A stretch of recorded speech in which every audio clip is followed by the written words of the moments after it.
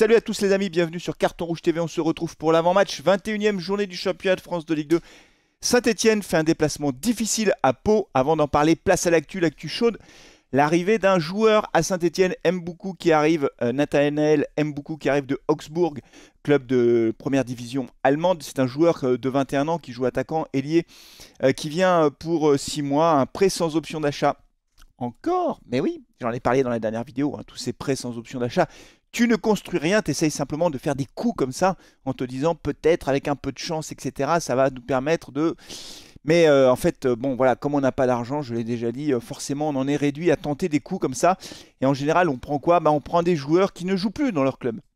Et évidemment, les clubs qui prêtent ces joueurs, prêtent ces joueurs pour que le joueur en question ait plus de temps de jeu. Clairement, le club allemand ne compte pas sur lui pour cette saison au moins. Il a eu beaucoup de mal à se faire une place. Il est arrivé de Reims, ce joueur-là. Et c'est vrai qu'il avait suscité à un moment donné quelques espoirs, notamment une saison où il avait marqué 6 buts avec son club. Mais c'est vrai qu'il n'a pas pour le moment confirmé. Et alors, il reste jeune, 21 ans, mais c'est vrai que quand on regarde ses statistiques, honnêtement, pas beaucoup de buts, pas beaucoup de passes décisives. Bon, alors je ne sais pas ce qu'il vaut réellement. Voilà, c'est encore... on verra quoi, on verra, mais c'est pas foufou, mais on le sait, de toute façon, il n'y a pas de miracle à attendre dans le contexte actuel et dans le cadre général dans lequel évolue la Saint-Etienne avec 0 € pour recruter. Forcément, on se retrouve avec des joueurs comme ça qui sont prêtés parce qu'ils ne jouent plus dans leur club. Donc on verra ce que ça donne. Mboukou, donc au moment où j'enregistre cette vidéo, n'a pas encore signé clairement, mais son arrivée est quasiment officielle. En tout cas, tout est réglé. Et donc il devrait pouvoir faire son premier match sous le maillot vert, non pas face à Pau, mais le match d'après. Et parce que le match face à Pau, c'est mardi. Et je ne pense pas qu'il soit qualifié pour le match face à Pau. Au moment où j'enregistre cette vidéo, donc il n'y a pas encore eu la conférence de presse d'avant-match d'Olivier Dalloglio. Donc voilà, je ne sais pas exactement s'il y a des surprises à attendre, notamment sur les joueurs présents ou absents. Ce que l'on sait déjà, c'est que Anthony Briançon a purgé son match de suspension. Vous vous souvenez qu'il n'était pas présent pour le dernier match à domicile face à Laval, ce qui a obligé d'ailleurs l'entraîneur stéphanois à bricoler une défense un peu de briques et de broc, avec Masson d'un côté, Petro de l'autre, Apia qui était revenu dans l'axe, avec Mickaël Nadé. Donc la première question qu'il faut se poser pour ce match face à Pau, c'est de savoir quelle sera la défense alignée par l'entraîneur stéphanois.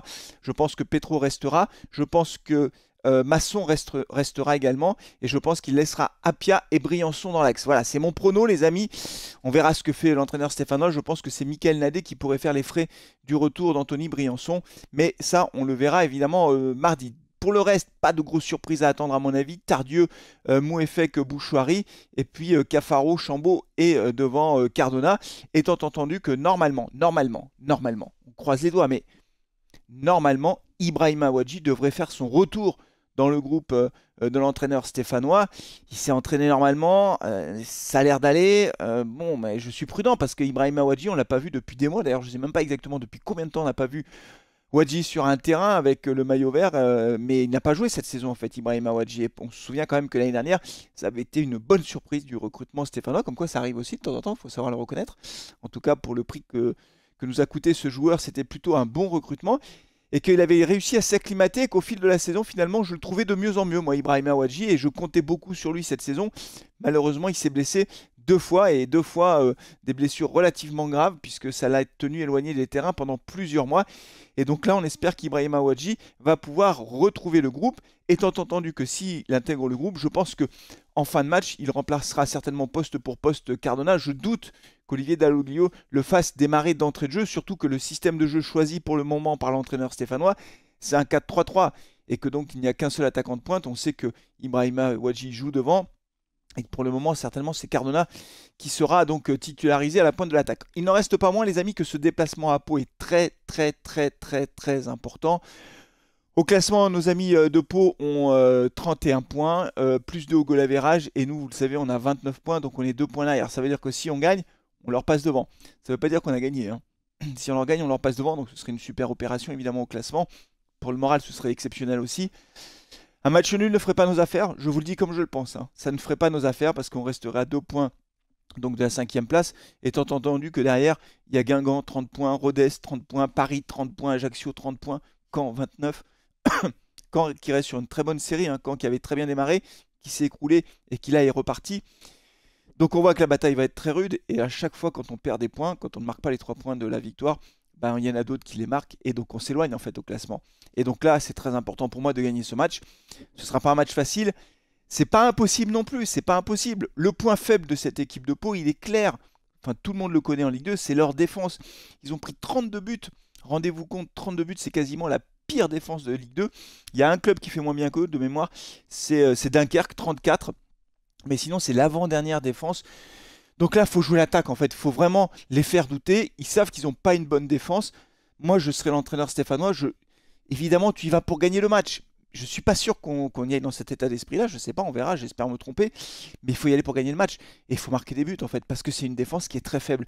Alors, ils marquent beaucoup de buts. Attention, hein, ils ont marqué 34 buts. Je vous rappelle que nous, on en a marqué 20. On en a encaissé 20. Donc, vraiment, on a une défense qui est plus solide que l'année dernière. Mais on ne marque pas beaucoup de buts. Quasiment pas de buts. Parce qu'on n'arrive pas à se créer de situation. On le sait, notre point faible à nous cette année, c'est l'animation offensive. C'est-à-dire qu'on n'arrive pas à se créer des situations. On joue passe latérale, etc. On a du mal à faire les décalages. On a du mal à faire monter notre bloc en même temps. Et donc, du coup, on n'arrive pas à se créer d'occasion. Et donc, on ne marque pas de but. C'est pour ça que je dis qu'il faut prendre des risques dans ce match. Parce que de toute façon, un match nul ne ferait pas nos affaires. Alors, ah oui, mais un match nul, quand on ne peut pas gagner, il faut savoir faire un match nul. C'est vrai.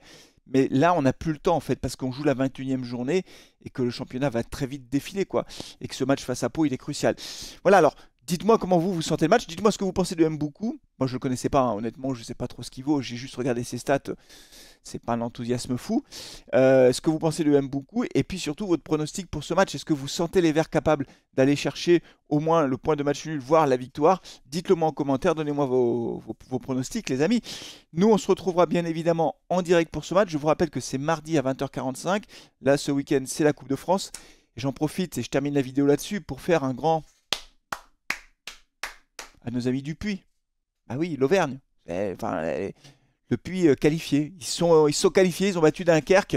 Bravo à cette vaillante équipe du Puy qui se retrouve en huitième de finale. Et ce que j'espère pour le Puy, c'est qu'ils vont décrocher un très gros club de Ligue 1 pour pouvoir faire la fête. Parce que vraiment, c'est un parcours magnifique en Coupe de France. Ils font honneur à leur maillot. Vous voyez, ce petit supplément d'âme, là, cette capacité à se surpasser. Voilà, c'est aussi ça qu'on veut voir avec notre maillot stéphanois. Vous avez vu, les amis, j'ai sorti le beau survêtement de l'AS Saint-Étienne d'il y a très très longtemps. J'adore ce survêtement, je ne le mets pas souvent, mais je l'adore. C'est pour donner de la force à notre équipe. C'est pas sûr que ça marche, hein. Et c'est un supporter. C'est un survêtement que j'adore. Et puis j'adore surtout le dos. Vous voyez, hein, il y a le Casino, bien sûr. Il y a le Puma, il y a le ASS. J'adore ce survêtement. Bon, allez les Verts. Faites-nous plaisir mardi, s'il vous plaît. Redonnez-nous un peu d'espoir. Une victoire à Pau. Une victoire à Pau. On se retrouve mardi. D'ici là, prenez soin de vous, de vos proches. Et allez les Verts. Ciao.